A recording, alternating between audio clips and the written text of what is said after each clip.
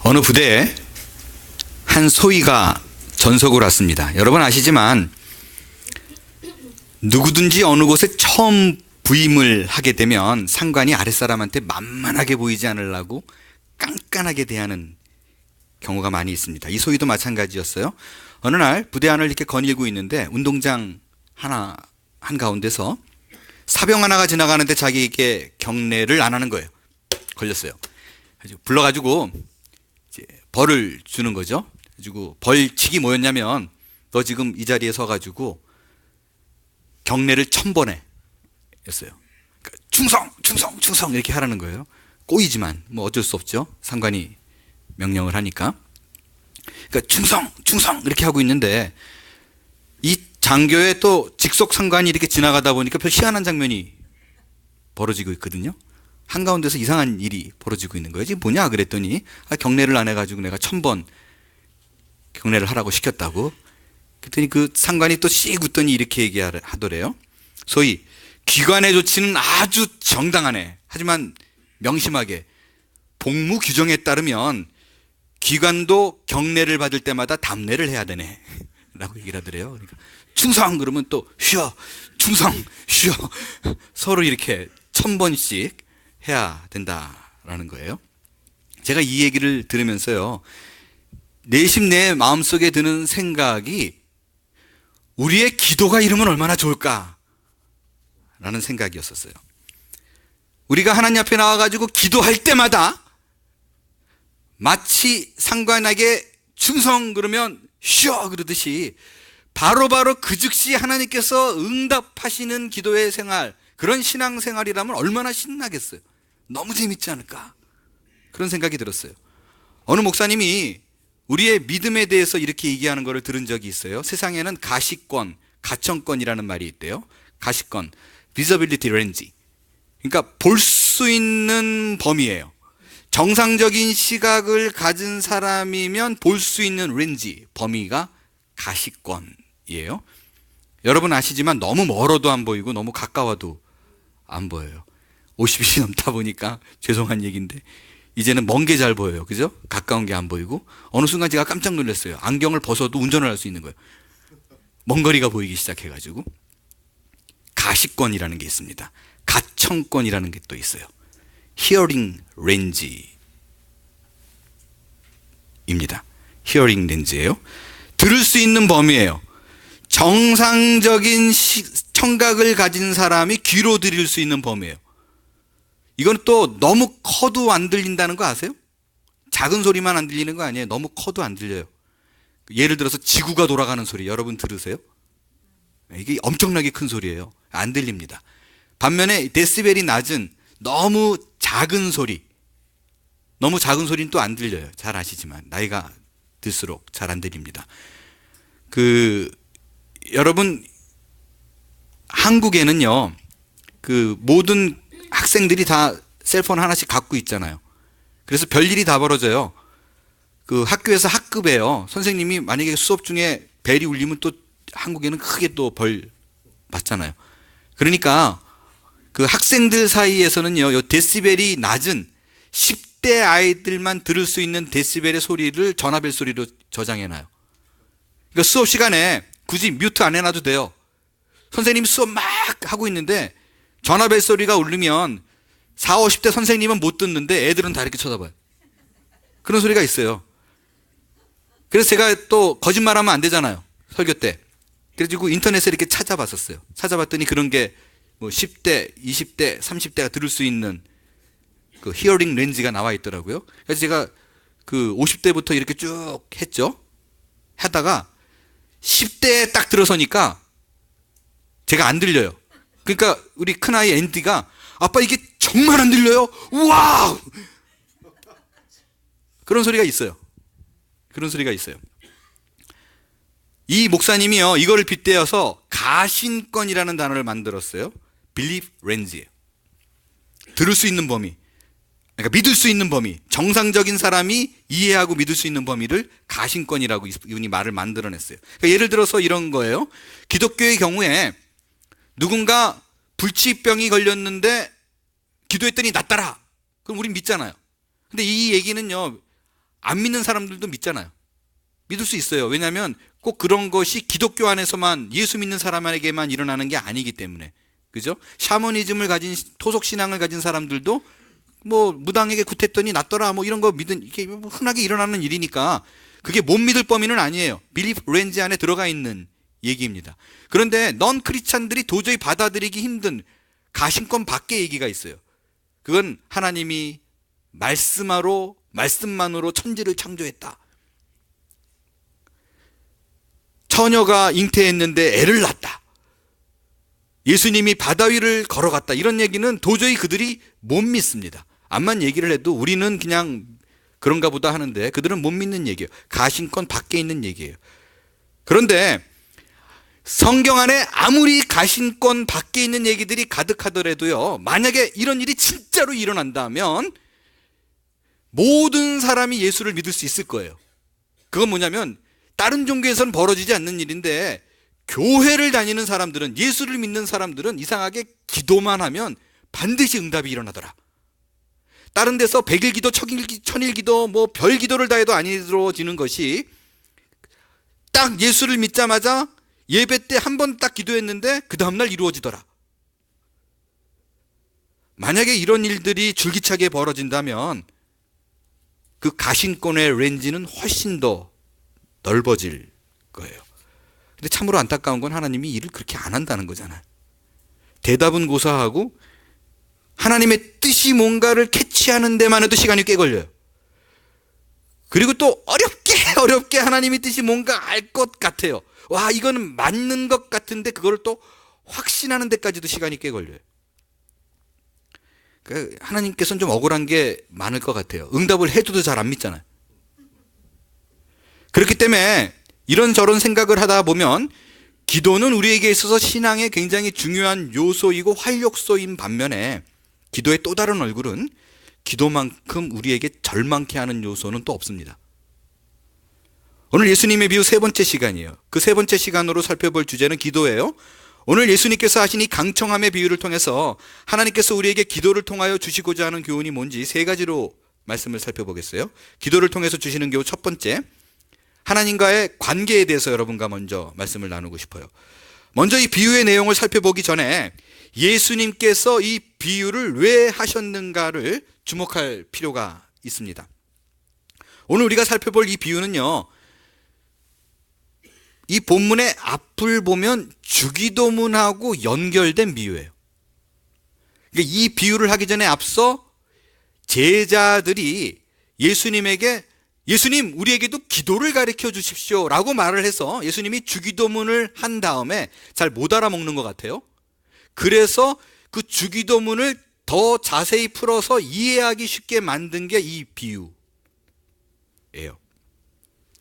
당시 제자들이 왜 예수님께 나와가지고 기도를 가르쳐 달라고 요구를 했는가?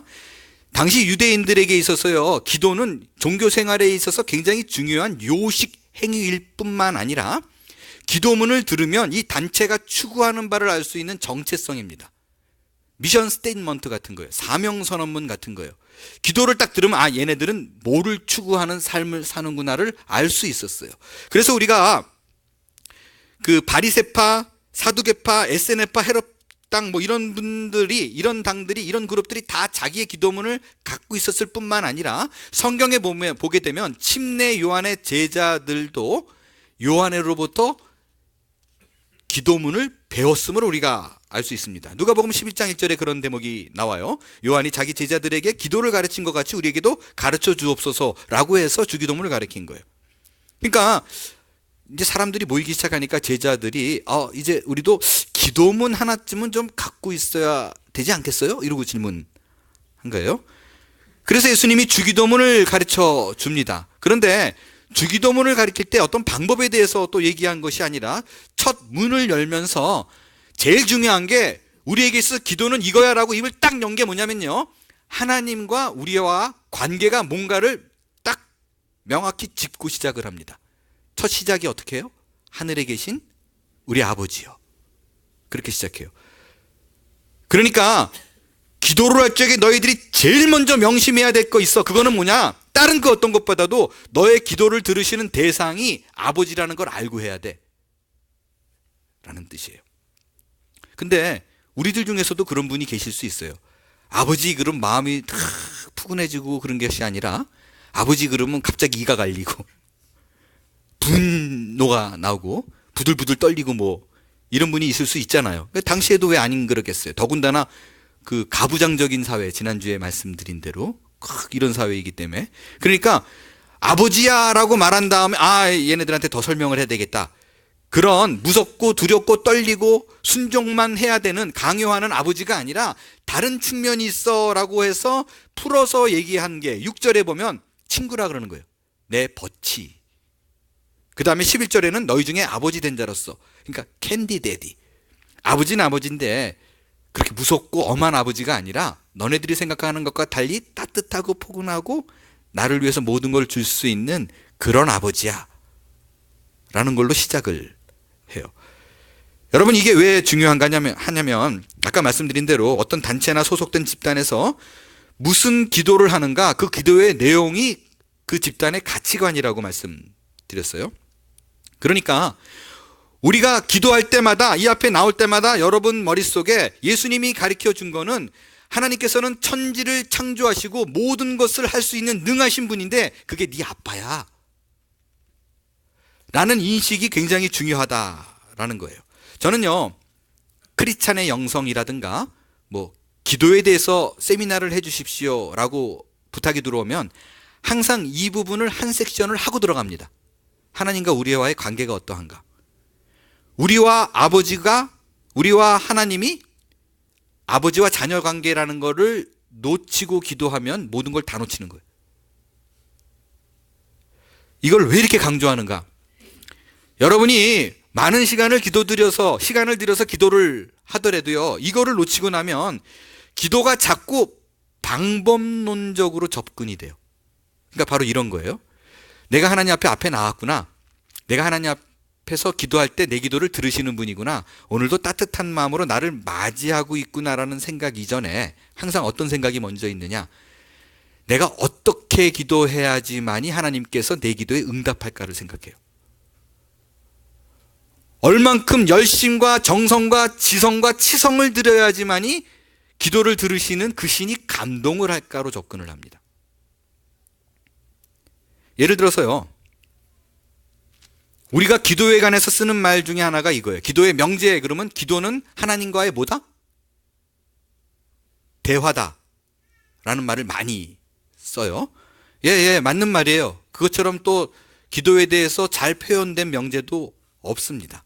그러나 이 기도는 하나님과의 대화다라는 것이 사람들 속에 방법적인 측면으로 들어와 있을 때는 문제예요. 하나님이 내 기도를 어떻게 잘 듣냐? 대화처럼 할 때는 항상 잘 들어 라는 게 문제라는 거예요. 어떻게 기도를 해야지만 응답받을까라는 쪽으로 기도에 대해서 접근하기 시작하면 그것처럼 어그러진 신앙관을 갖게 되는 것도 많이 없습니다. 물론 기도를 배우고 알아야 되는 입장에서요, 하나님과 나누는 대화다라는 것만큼 중요한 건 없습니다. 그래서 기도는 하나님과의 모든 대화라는 기도의 입문 때부터 우리가 믿기 알아야 될 그런 부분이에요. 그러나 이것이 기도는 하나님과의 대화라는 것을 이 사람이 방법적으로 알고 있구나라고 이해하는 거는요, 어떤 태도에서 할 수 있느냐? 가끔 이런 경우 있어요. 흔히 교회 안에서 벌어지는 일입니다. 뭐 새벽 기도이건 철야 기도이건 말씀이 끝난 다음에 뭐 기도 제목을 주고 기도한 다음에 개인 기도 시간이 들어가죠. 불을 이렇게 보통 끄고 음악을 틀어놓잖아요. 그럴 때 어떤 분이 그냥 앞에 앉아가지고 유독 아버지 그러고 울며 떼굴떼굴 막 이렇게 기도하면 기도 끝나고 나면 꼭 이렇게 툭툭 치고 좀 봐. 이러고 이제 한마디 하는 분이 있어요. 기도는 그렇게 하는 거 아니야. 기도는 그냥 조용조용히 해도 하나님이 다 알아들어. 왠지 알아? 기도는 하나님과 대화거든. 그러니까 기도를 대화처럼 해야지, 그렇게 소리 지르고 하는 거는 그게 기도, 그렇게 하면 안 돼. 뭐 이러고 얘기하는 거 흔히 있는 일이죠. 흔히 있는 일이에요. 벌어지는 일이에요. 다시 말씀드리지만 기도는 하나님과 대화이기 때문에 뭐 굳이 그럴 필요는 없어요. 그런데 기도는 대화이기 때문에 그렇게 하는 게 아니야 라고 말을 하는 사람은요, 그게 하나님과의 관계에 대해서 바른 인지가 없는 거예요. 예를 들게요. 저는 그런 분 볼 때마다, 그렇게 훈계하는 분 볼 때마다 안타까운 게 이런 게 들어요. 이분이 기도를 제대로 이해하고 하시는 분이다 라는 생각보다 이분이 그렇게 떼굴떼굴 구를 만큼 힘든 일을 당한 적이 없구나 라는 생각이 먼저 들어요. 소리 지를 만큼 힘든 일이 별로 없었구나. 그건 하나님께 감사할 대목이지 야단칠 대목이 아닌데, 그런 생각이 들어요. 예를 좀 구체적으로 들어볼게요. 어느 날 밤에 무슨 매캐한 냄새가 나서 눈을 떠니까 집에 불이 났어요. 애들 막 깨우고 아내 깨우고 그래가지고 나가 그러고 다 나왔어요. 아, 큰일 날 뻔했네. 그리고 둘러봤는데 막내가 안 나왔어요. 근데 불이 막 이미 번지기 시작해요. 어떡하지 그러고 있는데 옆에 딱 보니까 소방관이 벌써 도착해가지고 물을 막 이렇게 끄고 있어요. 물을 뿌리면서. 그럴 때 이분은 보니까 인격적이고 또 굉장히 성숙한 분이니까 내가 굳이 소리 지를 필요가 없겠구나 라고 아빠가 그렇게 생각해가지고 소방관한테 가서 이렇게 얘기합니다. 저기 실례하지만 잠깐 좀 드릴 말씀이 있습니다. 뭔데요? 제 아들이 저 안에 지금 들어있는데 어쩌면 불에 탈 수도 있는 것 같은데요. 좀 꺼내주시겠습니까? 이렇게 말하는 사람이 어디 있어요? 어떻게 말해요? 이게 뭔데? 왜요? 큰일 났어요. 저 안에 아들, 내 아들, 아유, 이럴 거 아니에요. 근데 문장도 제대로 안 돼도 무슨 말인지 알죠? 뛰어들어가서 구해낼 거예요. 근데 이 사람이 하다가 난 그냥 귀 안 먹었어요. 조용조용히 해도 알아들어. 이렇게 이분들 이렇게 얘기 안 해요. 무슨 얘기인지 알아듣고 급하구나라고 생각해서 뛰어들어가. 여러분, 이게 기도예요. 기도는 하나님과 대화라는 명제 속에서 자리 잡아서 내가 어떻게 기도해야 될 것이라는 것이 각인되어지기 이전에 마치 내가 소방관에게 가가지고 어떤 식으로 얘기해도 이 사람이 아래서 알아듣고 건져줄 것이라는 믿음이 있으니까 가서 얘기하는 거잖아요. 우리의 기도가 어떤 방법, 어떻게 내가 어떤 태도로서 구할 것인가 이전에 소방관이 건져줄 것이라는 믿음처럼 하나님 앞에 나와서 내가 말이 안 되는 얘기를 하던, 문장이 안 맞던, 소리를 지르던, 떼굴떼굴 구르던, 조용히 얘기하던, 누워서 얘기하던, 중요한 거는 내 기도를 반드시 듣는 분이 있다, 그분이 아버지다 라는 사실을 잊고 기도하면 그거는 샤머니즘입니다. 여태까지 여러분이 잘못 기도한 거예요. 우리는 항상 이런 인지 이전에 내 기도를 들으시는 대상이 누구인가를 생각하기 이전에 내 열심과 정성이 굉장히 중요해요. 그게 어디서 왔어요? 샤머니즘에서 왔어요. 우리 한국의 토속신앙에서 따라왔어요. 새벽마다 정한수를 떠가지고, 정한수가 뭐예요? 남이 한 번도 담그기 전, 퍼먹기 전, 그물 하려면 누구보다도 일찍 일어나야 돼요.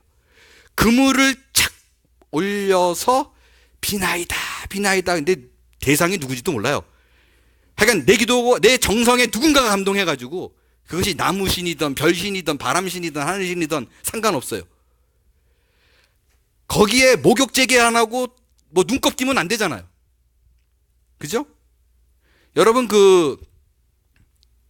불교에서 삼천배라고 있는 거 아시죠? 삼천배. 3000번 절하는 거예요. 저는 불교 과정에 자라서 알아요. 3000배를 할 때 2991번, 2992번 그러다가 잠깐 딴 생각이 했어요. 2993번이야 4번이야 이게 헷갈리기 시작해요. 그럼 어떻게 하는지 아세요?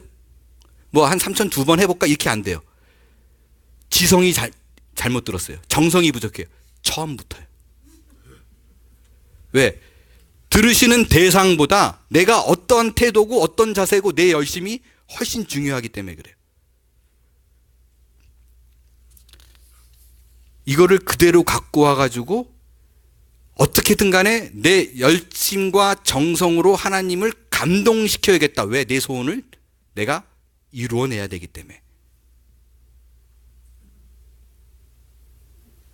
이거 굉장히 문제예요. 이거를 놓치고 나면 하나님과 나와의 관계가, 내 기도를 들으시는 전지전능한 분이 세상의 아버지래 라는 걸 놓치고 나면 모든 게 나의 열심과 정성으로 대치돼요.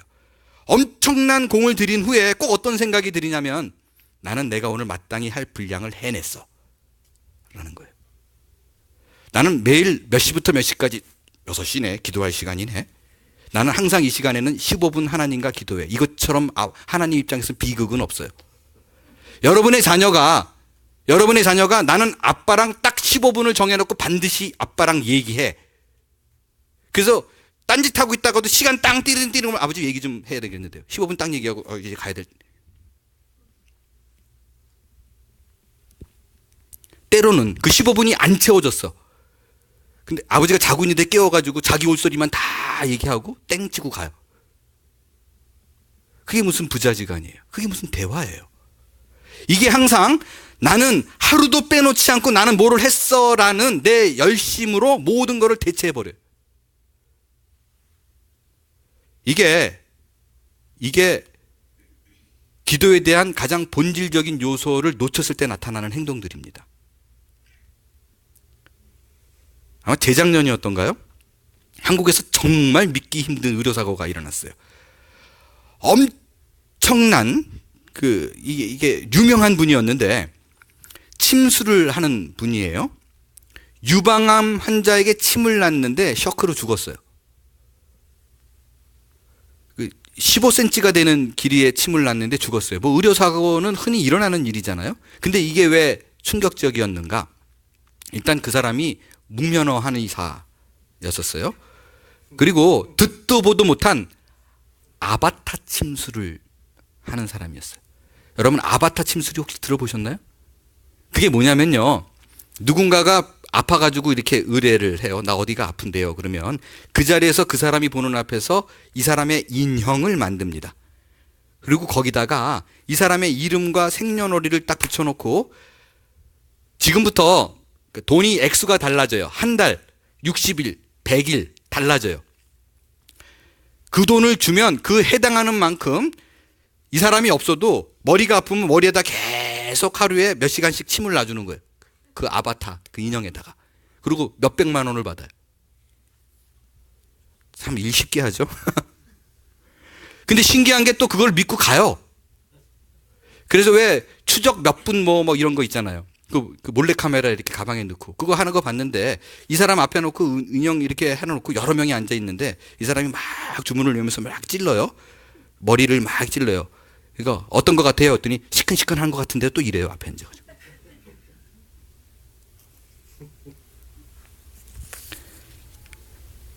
이게 왜 사람들에게 자연스럽게 들어오고 또 믿고 그러느냐?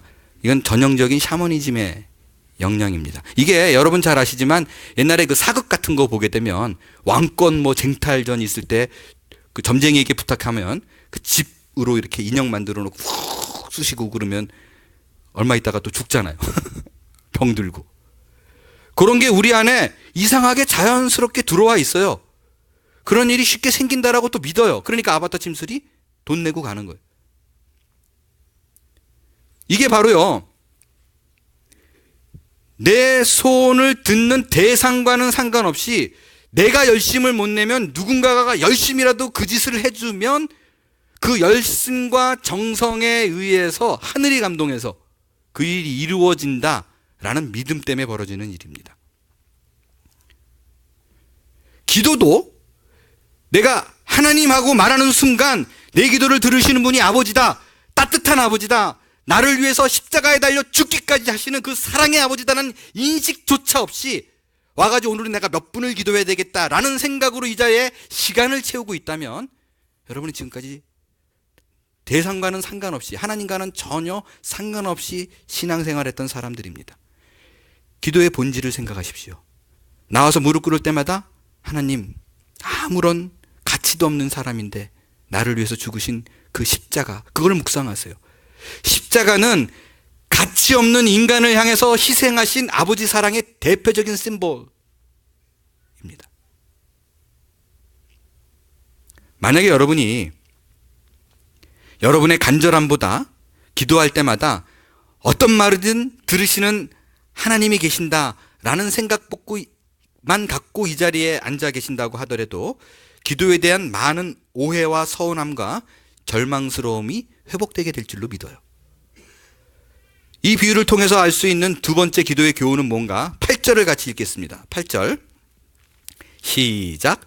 내가 너희에게 말하노니 비록 벗됨으로 인하여서는 일어나 주지 아니할지라도 그 간청함을 인하여 일어나 그 요구대로 주리라. 두 번째, 간청함으로 기도하십시오. 여러분, 신앙생활을 어지간히 하신 분들은요, 이 본문과 간청함 딱 들으면 나오는 답이 있어요. 항상 이 본문은 어떻게 쓰여졌냐면, 기도할 때 포기하지 않고 쉬지 말고 끊임없이 기도하면 내 소원이 이루어진다 라는 것을 수시로 강조하기 위해서 사용된 본문이 이 본문이에요. 오늘 본문의 내용은 이렇습니다. 밤중에 친구가 찾아왔는데 자기 집에 손님이 왔으니까 떡을 좀 달래요. 귀찮아 죽겠어요. 그런데 어쩔 수 없이 그 간청함을 인해서 일어나서 떡을 주었다라는 것이 오늘 본문의 내용입니다.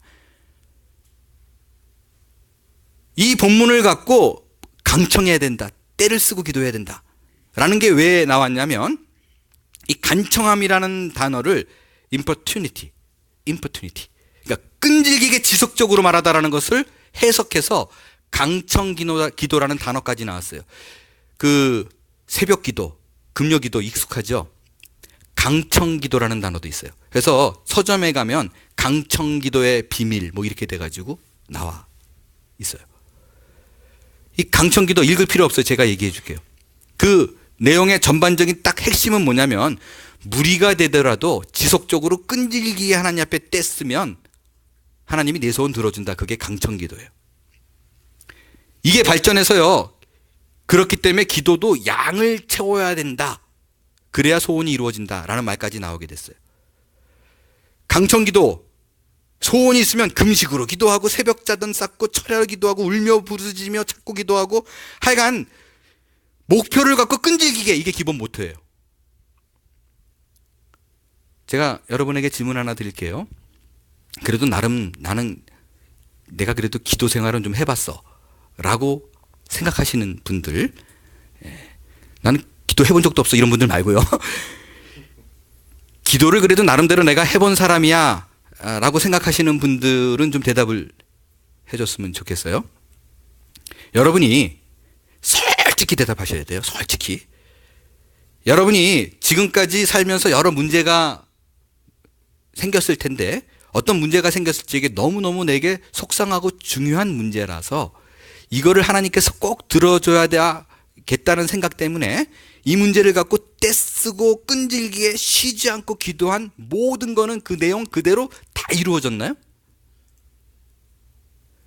하여간에 내가 이거는 하나님하고 어떻게 한번 해버리라 싶어가지고 이 문제에 한해서는 내가 하나님 양보할 수 없습니다라고 기도한 모든 것들은 다 이루어졌어요? 솔직히. 만약에 여기서 예 저는 그런데요 라고 말하는 분이 있으면 분명 세뇌당한 분이에요. 절대 그런 일이 벌어지지 않아요. 절대 그럴 수가 없습니다. 그렇다면 여기는 다 백만장자 되고 다 좋은 대학 가고 하는 장사마다 다 모든 사람들이 의자가 빽빽히 차고 그럴 거 아니에요.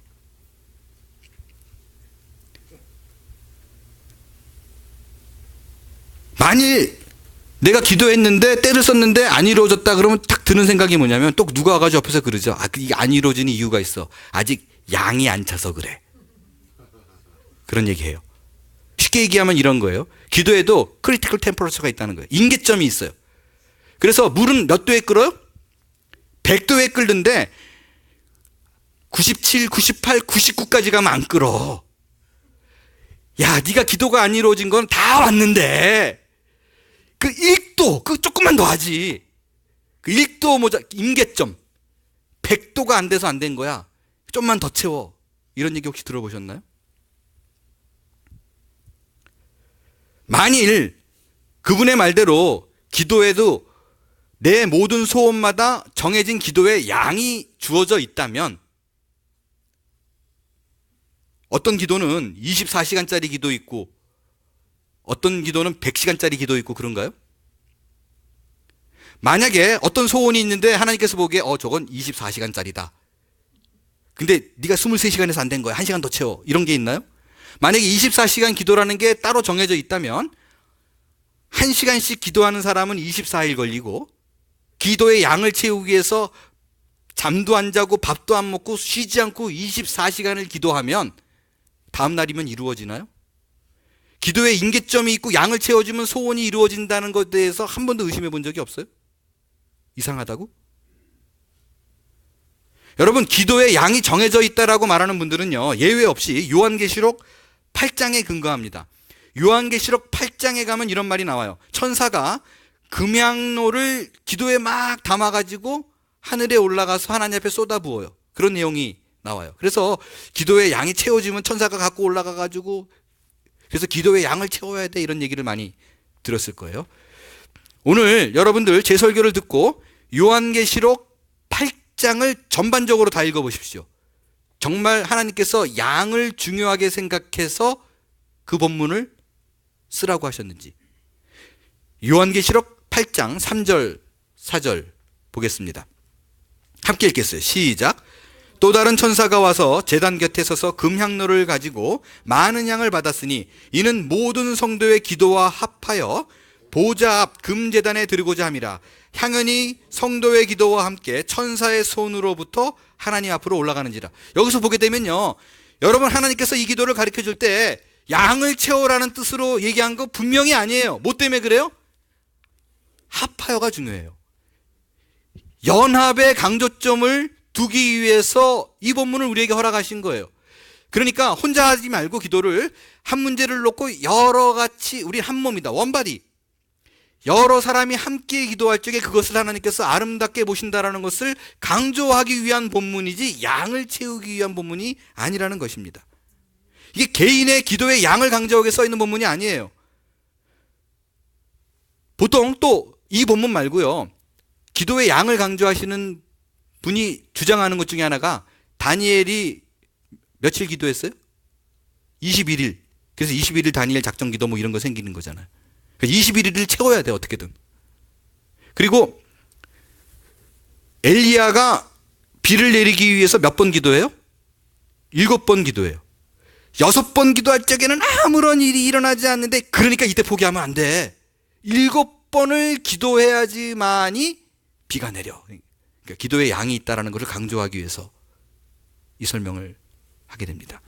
그런데 잘 보세요. 이거는요, 하나님께서 기도의 양을 채워라 라는 말로 강조하기 위해서 이 본문을 준 것이 아니라, 하나님께서 기도할 때 때가 있고 응답의 시간이 있다, 우리의 인내를 강조하기 위해서 주어진 본문이지, 주어진 양이 있기 때문에 그 양을 채워야지만이 이루어진다라는 뜻으로 접근한 내용이 전혀 아닙니다.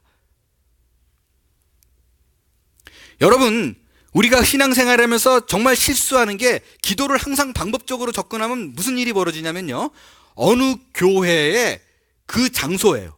그러니까 딴 데 가면 안 돼. 그 교회 가야 돼요. 그 교회에 가서 어느 자리에 앉아서 어떻게 기도하면 소원이 이루어진다, 그 교회는 7일 금식하면 이루어진다, 뭐 이런 거.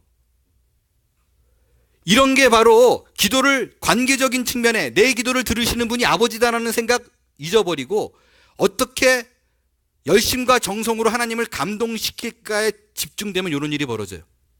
해보세요. 해보세요. 어떤 사람은 열흘 기도했으니까, 금식 기도했으니까 하나님이 감동을 받아서 나는 한 40일 해볼까? 하나님 데려가실 거예요. 덕이 안 되니까. 여러분, 남의 간증이 그래도 굉장히 사실 위험하긴 해요. 간증을 객관화하는 것처럼 위험한 게 없습니다. 그 사람이 주는 간증을 듣고, 나도 한번 그 방법대로 해볼까? 해보세요. 잘 안 돼요. 왜 그런 줄 아세요? 만약에 이 사람이 40일을 기도하건 뭐 며칠을 기도하건 간에, 금식으로 하건 뭐 철야를 기도하건 간에, 그거는 그 사람의 상황에 맞춰서 하나님께서 요구하시는 사항이에요. 그 사람의 환경과, 그 사람이 가진 지식과, 그 사람의 관계적인 측면과, 그 사람이 갖고 있는 인격의 성숙과, 그거에 따라서 맞춤형으로 요구했을 때 그것이 하나님께서 이루어지면 훈련적인 차원이었기 때문에 됐어라고 하실 수는 있어요. 그러나 그것을 마치 뭐 매뉴얼처럼 만들어서 이러면 된다라고 하는 순간, 하나님과의 인격적인 관계는 다 없어지고 기계적인 것만 남게 돼요.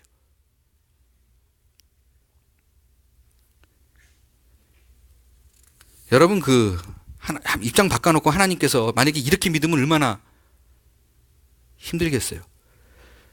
아, 다니엘 21일 금식 기도가 그렇게 효과가 있대. 한번 해볼까? 21일 기도를 했어요. 근데 안 이루어져요. 막 간증하는데 자기는 할 간증도 없어요. 그러면 이게 평생 마음에 남을 거 아니에요. 그래서 두고두고 이렇게 뭐 찝찝한 상태로 있는데 하나님이 부르셔가지고 천국 갔는데 따졌어요.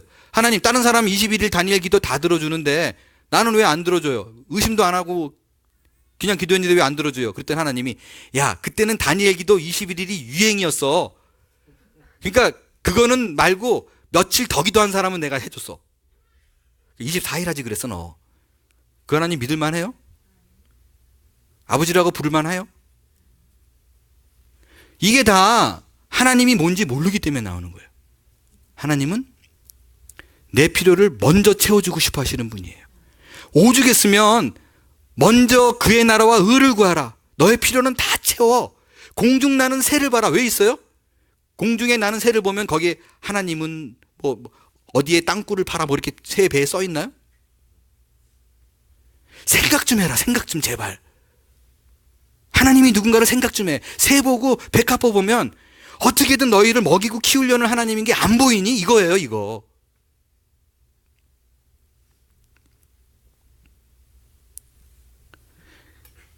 하나님께서 우리에게 요구하는 게 떼쓰고 집요하게 포기하지 않는 걸 요구한다. 그런 하나님 없습니다. 이거는요, 우리가 자식 교육도 그렇게 안 해요.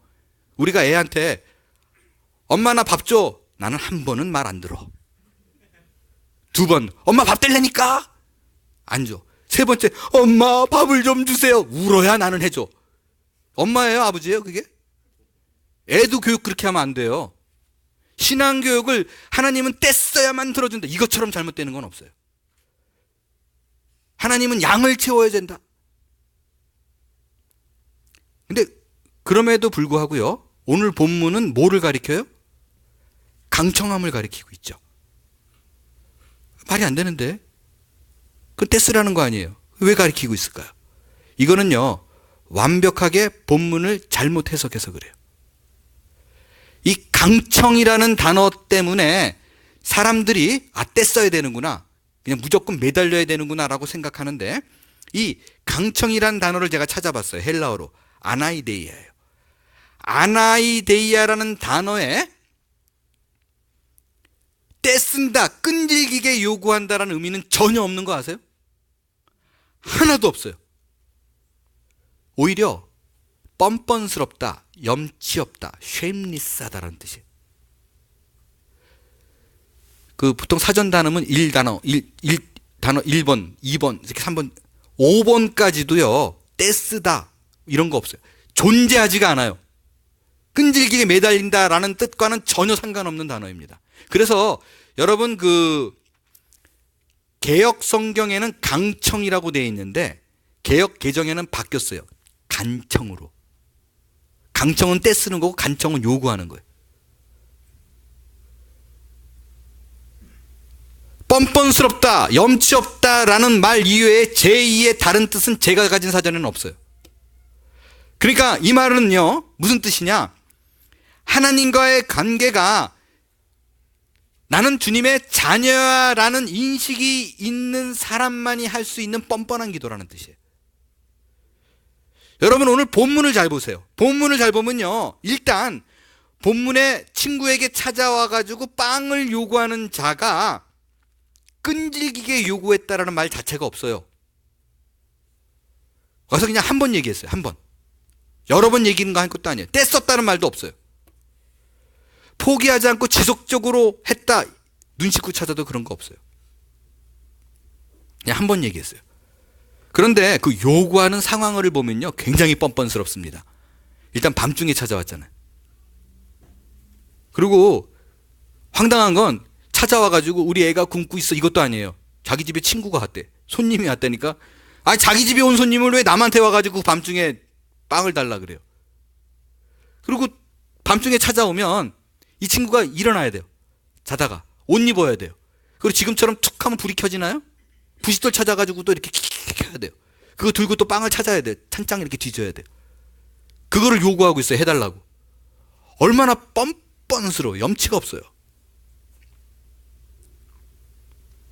그런 걸 무시하고 해달라고 하는 건 뻔뻔스럽기 그지없다라는 뜻이지, 이거는 지속적으로 요구해야 된다라는 것과는 전혀 다른 얘기예요. 이 강청함, 그 뻔뻔스러운 기도를 하나님 앞에 올린 대표적인 인물이 있습니다. 구약 성경에. 누구예요? 야곱. 야곱은요, 여러분 아시지만 지가 잘난 줄 알고 머리가 좋았던 것 같아요. 하여간 그 모든 인생을 자기 머리로 어떻게든 해결하려고 했던 사람이에요. 사기 쳐가지고. 자기가 원하는 것이 있으면 무조건 따내야 직성이 풀리는데, 그거를 하나님께 요구해서 얻어내는 것이 아니라 지 머리로, 자기 멋대로 사는 거예요. 그런 날, 그렇게 살고 있는 어느 날, 하나님께서 가만히 놔두지 않죠. 택한 자녀니까 찾아와가지고 그의 환도뼈를 부러뜨려요. 뒤지게 맞습니다. 자, 여러분 한번 생각해 보세요. 여러분의 자녀가 있어요. 자녀가 있는데 정말 말 안 듣는데 벼르고 버르다가 엄마 말 무지하게 안 듣는 애를 결국엔 안 되겠다 싶어가지고 얘를 좀 훈계해야겠다 싶어가지고 잡아앉혀놓고 회초리를 무지하게 팹니다. 그럴 때 애 입에서 어떤 말이 나오길 원하는 거예요? 잘못했어요. 이제는 내가 순종할게요. 뭐든지 다 할게요. 이런 말을 듣길 원하는 거잖아요. 하나님께서 야곱을 때렸어요. 어떤 말을 듣길 원했을까요? 내가 잘못했습니다. 이제는 내가 나를 믿고 살았지만 이제는 하나님만 믿고 살게요. 나를 지져먹든 볶아먹든 삶아먹든 구워먹든 지져먹든 맘대로 하세요. 뭐 이래야 정상 아니에요? 그런데 야곱은 뒤지게 맞는 상황에서 이런 기도를 합니다. 창세기 32장 26절 읽겠어요. 창세기 32장 26절 시작. 그가 이르되 날이 세려하니 나로 가게 하라. 야곱이 이르되 당신이 어떻게 해요? 내게 축복하지 아니하면 가게 하지 않. 이게 뭔 소리예요? 야곱은 하나님 잘못했습니다. 이제는 내가 눈물 콧물 쏟고 회개하며 죽게 돌아옵니다가 아니라, 하나님이 나를 패니까 이거 기회인데 이렇게 생각해요. 하나님이 나를 만나줬는데 이제는 내가 축복을 대면에서 따낼 수 있는 기회인데, 이러고 붙들고 늘어져요. 축복하지 않으면, 나 보내지 않으면, 나 축복해주지 않으면 안 보낼 거예요. 이러고 앉아있어요. 대박. 뻔돌이의 극치. 자, 말도 안 되는 정말 쉐임레스한, 염치 없는 기도를 하나님께 야곱이 요구합니다. 하나님이 어떻게 반응했어요? 얘는 정말 안 되겠다. 나머지도 부러뜨려? 이렇게 했나요? 아니에요. 성경에는 그 야곱의 뻔뻔한 기도에 하나님이 응답했다라는 거예요. 하나님이 그의 요구를 들어줍니다. 거기서 야곱을 축복하는 것으로 야복강의 이야기가 마무리가 돼요. 이것이 강청기도입니다. 뻔뻔스러워요. 야곱 같은 경우에 마음대로 살았는데 하나님 앞에 회개기도 안 해요. 왜? 불리하잖아요. 그런 얘기하면. 일단 자기의 잘못을 들춰내기 시작하면 하나님께서 깜빡 잊어버렸는데 너 그런 일 했었지 이럴까봐 아예 그런 얘기는 하지도 않고 무조건 자기 필요만 얘기해요. 이 뻔뻔함은 하나님은 내 아버지야, 나는 자녀야 라는 인식이 있는 사람만이 가능한 기도예요. 저는 오늘 본문을 묵상하면서 저희 그 둘째 아들 벤자민이 생각이 났어요. 저희 아들들을 잘 모르는 분들을 위해서 잠깐 얘기를 드리면, 큰아들은 앤디라는 아이예요. 얘는 어릴 때부터 이렇게 부모 말에 잘 이렇게 들었어요. 잘 순종하고 이렇게 FM대로 전혀 벗어나지 않게 이렇게 타박타박 이렇게 잘 했어요. 둘째는 좀 힘들어요. 어느 둘째도 다 그렇겠지만 요구가 일단 많고 맨날 뭐가 불만이에요. 항상. 그리고 걔는 그렇게 그 성적에 별로 관여를 안 해요. 별로 관심이 없어요. 학업 성적에는. 그냥 어느 날 이렇게 성적표를 받아왔는데 참 참담한 내용의 포인트를 받아와도 뭐 이렇게 감추거나 숨길 생각을 안 해요. 디너 테이블에 딱 올려놓고 게임 이렇게 하고 있어요. 걔가 이제 5학년 때 일이었었어요. 그러니까 얘는요, 어떠냐면, 보통요, 그러니까 이런 적이 있어요. 앤디 엄마가 이렇게 학교 홈페이지 들어가서 이렇게 밤 10시에 이렇게 뒤져보다가 갑자기 벤자민한테 야! 그러는 거예요. 왜 그러냐 했더니 밤 10시였는데 다음날이 시험이래요. 근데 10시까지 팡팡 놀고 있는 거예요, 이러고. 공부도 하나도 안 하고. 그러니까 엄마가 이제 화가 나가지고, 야, 벤자민아, 일로 와봐. 너 내일이 시험인데 왜 엄마한테 말도 안 하고 공부도 안 해? 그렇게 얘기를 했어요. 그러면 보통의 아이들은 아마 이렇게 반응하지 않을까요? 엄마 걱정하지 마. 내가 다 해놨어. 뭐 이러든지, 내일은 쉬운 거라 걱정하지 마세요. 이러든지, 엄마 지금부터 해도 돼. 이럴 거 아니에요. 얘는 엄마가, 야, 너 내일 시험인데 뭐 하고 있어요? 그랬더니 하는 얘기가, 내일 시험이야? 답이 없어요, 답이. 얘가 5학년 때 일이에요. 중간고사를 치려고 가지고 왔는데 또 성적이 또 그닥 그래요.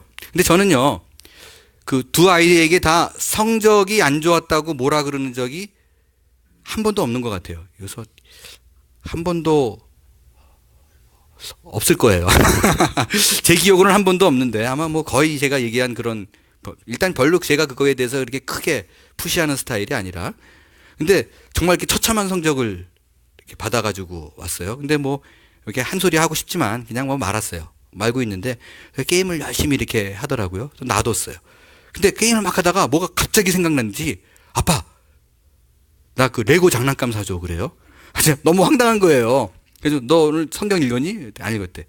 나 성경 봤는데 너 이렇게 괜찮다고 생각하니? 그랬더니 그래서 사달라 그러는 거예요. 내가 이거 어이가 없어가지고, 벤자민, 내가 너한테 레고 장난감을 왜 사줘야 되는지 나를 좀 설득해봐. 네 말 듣고 내가 메이크 센스 하면 사줘야 되겠는데 라고 이해가 되면 생일도 아니고 내가 사줄게. 그랬더니 걔가 하는 말이, 어떻게 이거 사달라는 말이 나오냐라는 제 질문에, 그래도 사줘야 된대요. 그래서 사줘야지 그러더라고요.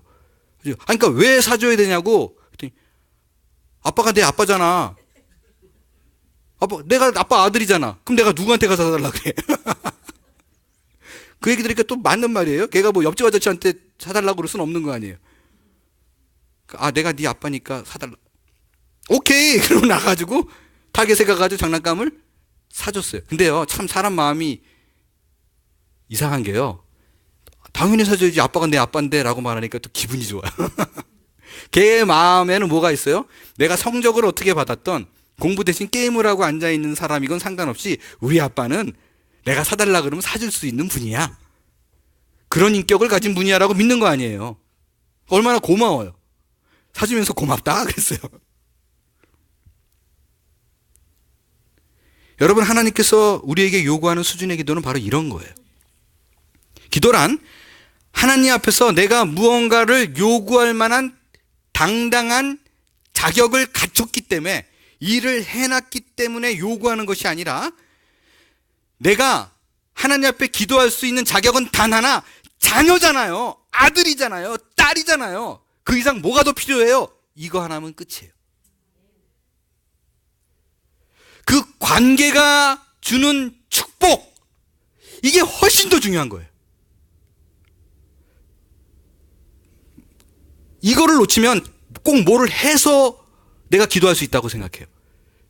내가 이걸 요구하기 전에 11조부터 해야지, 이걸 요구하기 전에 봉사 나가야지, 새벽 기도 나간 다음에 내가 요구해야지. 이거 더 안 이뻐요. 거기에 빳빳이 드는 거 아니에요. 내가 했잖아요. 이거 아니에요. 근데 못했지만 아버지 좀 해줘야죠. 아들 이런 거. 신자들 가운데 이런 말씀하시는 분들 왕왕 만날 수 있어요. 하나님 앞에서 떳떳한 신앙의 삶을 살지 못하고 있기 때문에 자꾸 걸려서 기도가 안 나와요. 이해는 되지만 네가 어떻게 곧다우로 삶을 살면서 기도할 수 있어 라는 소리는 하나님으로부터 온 소리 아닙니다. 죄를 인식하게 하는 거는, 죄를 깨닫게 하는 건 성령의 소리예요. 그러나 죄 때문에 자책감을 느껴서 못 살게 만드는 거는 사탄으로부터 온 소리입니다. 뭔가 떳떳한 기도하려고 하지 마십시오. 해놓고 당당하게 요구하는 기도하려고 하지 마십시오. 오히려 주 앞에 나와가지고 뻔뻔하게 기도하세요. 염치 없이 기도하세요. 자격 없는 거 아는데 아들이잖아요, 자녀잖아요 라는 당당함으로 하나님 앞에 기도할 수 있게 되기를 바랍니다. 마지막으로 오늘의 비유를 통해서 할 수 있는 기도의 교훈은 뭔가? 지속적으로 기도해야만 됩니다. 지금 목사님 무슨 얘기하는 거예요 지금? 지금까지 뭐 지속적으로 기도하지 말라, 뭐 떼쓰고 하지 말라 이래놓고 왜 지금 와가지고 막판에 또 지속적으로 기도하라고 얘기하나요? 뭐 이렇게 생각하시는 분이 있어요. 제가 강청 기도가 끈질기게 기도하는 것이 아니라고 얘기를 했지 지속적으로 기도하는 것이 아니라고 얘기한 적은 없어요. 이 말은 뭐냐? 제가 걱정하는 기도는 때를 쓰면서 내 소원을 이루기 위한 수단으로 기도를 삼지 말라는 뜻이에요. 성경에는요, 지속적으로 기도하라는 얘기도 많이 나오고요, 기도의 양을 중요하게 여긴다는 것도 많이 나옵니다. 기도의 양을 채워야지만이 네 소원이 이루어질 거라는 얘기와 하나님께서는 기도의 양을 채워나가기를 원한다라는 것과는 다른 얘기예요. 강청 기도가 끈질기게 기도하는 것을 의미하지 않는다라는 것은요, 떼쓰며 기도해도 네 소원이 이루어지는 것이 아니야. 어차피 우리의 삶은 하나님의 뜻에 가게 되어 있습니다. 그것이 지속적인 기도가 필요 없다는 것을 의미하지 않아요. 우리는 계속적으로 하나님께 기도해야 합니다. 어떻게 기도해야 되느냐? 쉬지 않고 기도해야 돼요. 데살로니가전서 5장 17절을 보니까 어떻게 기도하라 그래요? 쉬지 말고 기도하라고 그래요. 누가복음에서도요, 예수님께서 겟세마네 동산에서 이 잔을 내게서 옮겨달라고 몇 번 기도했어요? 3번 기도했어요. 그 3번 기도하는 거가 중언부언한 건가요? 똑같은 얘기 계속해서? 아니에요. 그만큼 같은 얘기, 같은 내용으로 기도하는 것이 가능합니다. 이 잔을 내게서 옮겨주옵소서 기도했어요. 지속적으로 기도하는 것과 떼쓰며 기도하는 것의 차이는 기도의 목적에 의해서 차이가 납니다. 떼쓰는 것은 내 소원을 이루기 위해서 방법적인 차원으로, 지속적인 기도는, 양을 쌓아가는 기도는 하나님의 온전한 뜻을 알아내기 위해서 필요합니다. 여러분, 성경의 어떤 구절도요, 기도의 양에 따라서 내 소원의 여부가 결정된다라고 말하는 구절은 한 구절도 없어요. 그러나 끊임없이 계속적으로 기도해야 된다, 기도의 양을 중요하게 여기는 것은 많이 나와 있습니다. 왜냐? 내가 존경하고 내가 사랑하는 아버지에 대해서 많이 알려면 방법이 없어요. 많이 대화하는 수밖에 없어요. 대화의 양이 늘어나면 늘어날수록 아버지가 어떤 분이라는 걸 알게 돼요. 기도가 하나님과의 대화라는 정의가 우리 안에 들어와 있다면 내 소원을 이루기 위한 수단으로 양을 쌓아가는 것이 아니라 기도의 양이 쌓아갈 때마다 하나님과 인격적인 만남이 온전히 이루어질 때마다 하나님이 어떠한 분이라는 것에 대한 인지가 확실해지고 하나님이 내게 원하는 것이 무엇인가를 알게 될 거예요. 그래서 기도를요, 내 열심과 정성이 강조되면 귀 막고 기도해요. 그냥 어떤 얘기도 안 듣고 그냥. 그러나 성숙한 기도, 양이 쌓여서 하나님을 온전히 인지하게 된 기도는 입을 여는 것이 아니라 귀를 열게 될 것입니다.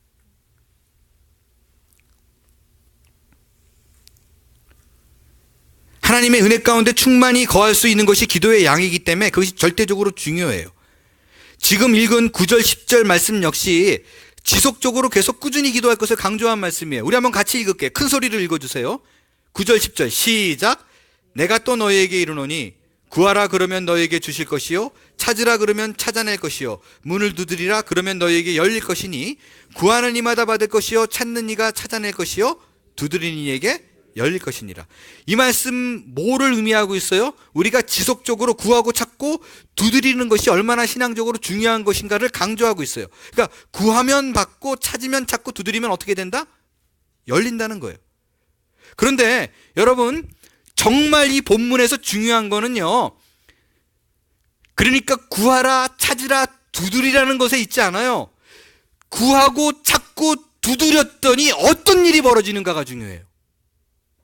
내가 구하고 찾았더니 뭘 받나? 13절 마지막으로 우리 같이 크게 읽게요. 시작. 너희가 악한 것이라도 좋은 것을 자식에게 줄 줄 알거든 하물며 너희 하늘아버지께서 구하는 자에게 뭘 준다고요? 성령. 구하는 자에게 네가 구하는 그 내용 exactly 그걸 준다. 돈을 구하면 돈을 주고 건강 구하면 건강 주고 직장 구하면 직장 준다라고 돼 있나요? 열심을 다하여 두드리고 찾고 구하는 자에게 뭘 준다고요? 성령입니다. 그게 답이에요. 모든 소원을 다 이루어지게 된다라는 말은 하신 적이 없어요. 구하는 자에게 열심을 지속적으로 양을 채우며 기도하는 자에게는 성령을 준다라는 말의 의미는 뭐냐면 네가 어떤 상황과 조건 속에서도 만족하는 자가 될 거라는 것입니다. 이 상황을 해석하고 바라볼 수 있고 이해할 수 있는 넉넉한 마음을 성령 하나님이 주신다라는 뜻이에요. 그것이 기도의 결과고 기도를 하나님께서 우리에게 요구하시는 이유예요. 내 소원을 이루어지는 게 아니에요. 우리는 그 성령을 통해서 하면 할수록 하나님의 뜻이 무엇인가를 온전히 발견하게 될 것입니다. 그래서요, 기도를 많이 하는 사람이 기도의 내용이 바뀌어요. 하면 할수록. 그냥 무턱대고 아집스럽고 떼쓰는 것이 아니라 기도를 하면 할수록 나를 통하여서 역사하실 하나님의 일에 대해서 기대가 가게 됩니다. 나 중심의 기도에서 벗어나서 하나님의 나라와 하나님의 일에 대한 소원이 점점 늘어나게 돼요. 말씀을 마칠게요. 오늘 기도에 대한 시각, 새로운 도전들을 받았을 걸로 생각됩니다. 그럼에도 불구하고요, 제가 오늘 드린 이 많은 이야기에게도 불구하고 여러분이 기도가 경험되지 않는다면, 기도를 하지 않는다면, 기도를 통해서 하나님을 만나는 일이 없다면 아무 소용이 없어요. 이 모든 내용은 그냥 종이에 담긴 이론에 불과하게 될 것입니다. 여러분의 삶이 살아 숨쉬는 기도의 현장이 될 수 있게 되기를 바랍니다. 그때 그 속에서 우리 가운데 역사하시는 아버지 하나님을 모두가 만나게 될 줄로 믿습니다. 일어나서 찬양 드리겠어요.